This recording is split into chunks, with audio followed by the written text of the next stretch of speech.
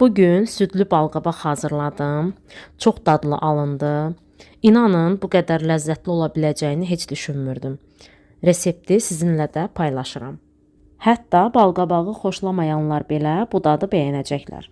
Keçək hazırlanmasına. İlk əvvəl istifadə edəcəyim balqabağı yaxşı yuduqdan sonra ortadan bölürəm və bu cür hissələrə böldükdən sonra qabıqlarını soyuram.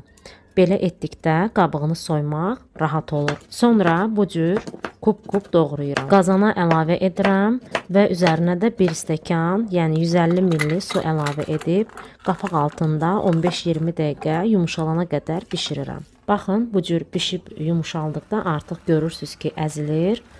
Ocağı söndürürəm və blenderlə əzirəm. Bunu çəngəllə və yaxud da kartof əzənlə də əzə bilərsiniz. Sonra üzərinə 450 ml süd əlavə edirəm.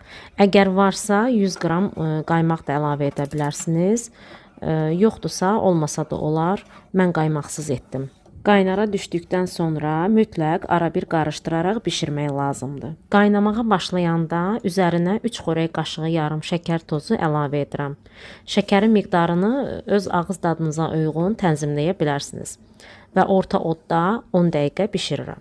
Bəs siz balqabağı hansı üsullarla bişirirsiniz? Zəhmət olmasa şərh bölməsində bişirdiyiniz üsulları və reseptləri mənimlə də paylaşın. Artıq bişdi hazırdır. Ocağı söndürürəm.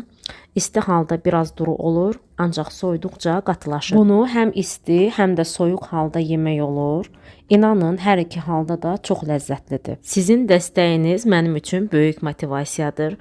Zəhmətə dəyər verib YouTube kanalıma və TikTok səhifəmə abunə olub, bəyənib paylaşan, rəy yazan hər kəsə təşəkkür edirəm.